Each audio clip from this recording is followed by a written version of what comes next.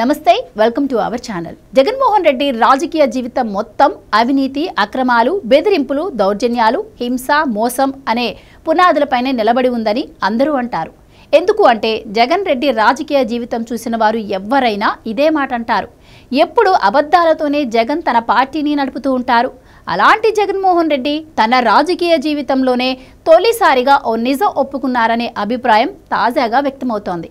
YCP ప్రభుత్వ హయాంలో ఏలేరు ఆధునీకరణ పనులు చేపట్టలేకపోయిన మాట నిజమే అని పులివెందుల ఎమ్మెల్యే జగన్ అంగీకరించారు. తాను అధికారంలో ఉన్న 5 ఏళ్ల పాటు భారీ వర్షాలు ఉన్నాయని, ప్రాజెక్టు నిండా నీరు ఉండటం వల్లే ఆ పనులు చేయలేకపోయినట్టుగా అడ్డగోలుగా వాదన ఒకటి తెరపైకి తెచ్చారు. ప్రాజెక్టు ఆధునీకరణ పనులు చేయాలంటే క్రాప్ హాలిడే ప్రకటించాల్సి ఉంటుందని, దానివల్ల రైతులు నష్టపోతారనే కారణంతోనే పనులు చేయకుండా నాడు వదిలేశామని విచిత్రంగా సమర్థించుకున్నారు. కాకినాడ జిల్లా ఏలేరు జలాశయపు వరద బాధిత ప్రాంతాల్లో శుక్రవారం జగన్ పర్యటించారు. పేరుకు వరద ప్రభావిత ప్రాంతాల్లో పర్యటించారు, కానీ గట్టు దాటి పొలంలోకి జగన్ దిగలేదు. పెద్దగా వరద ప్రభావం లేని ప్రాంతాల్లో మాత్రం హడావిడి చేశారు. ప్రజల నెత్తిన చేతులు ఉంచుతూ, ముద్దులు పెడుతూ అక్కడ జగన్ కనిపిస్తూ ఫోటోలకు ఫోజులిచ్చారు. నిండా మునిగిన వరద బాధితులతో మాత్రం అంటి ముట్టినట్టు వివరించారు. అనంతరం కొత్తపల్లి మండలం రమణక్కపేటలో జగన్ మీడియాతో మాట్లాడారు. అక్కడ జగన్ తన శైలికి తగ్గట్లుగానే అడుగడుగునా అబద్ధాలు వల్లించారు.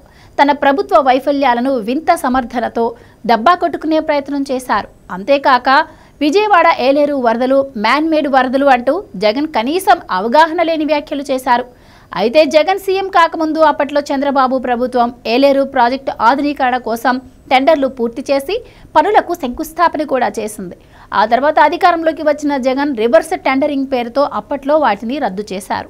5 ఏళ్ల పాటు ప్రాజెక్టు నిర్వహణను గాలికి వదిలేశారు. అయితే ఈ తప్పిదాలన్నింటినీ జగన్ అడ్డగోలుగా సమర్థించుకుంటూ వచ్చారు.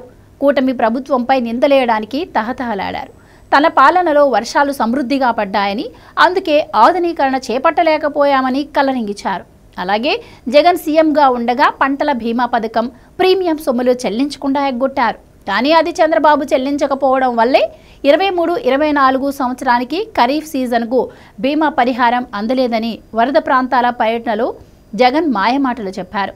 పంట నష్టాలను యాప్ సాయంతో చంద్రబాబు ప్రభుత్వం పారదర్శకంగా నమోదు చేస్తూ ఉండగా జగన్ మాత్రం అసలు ఇంకా నమోదు జరగలేదని అబద్ధాలాడారు.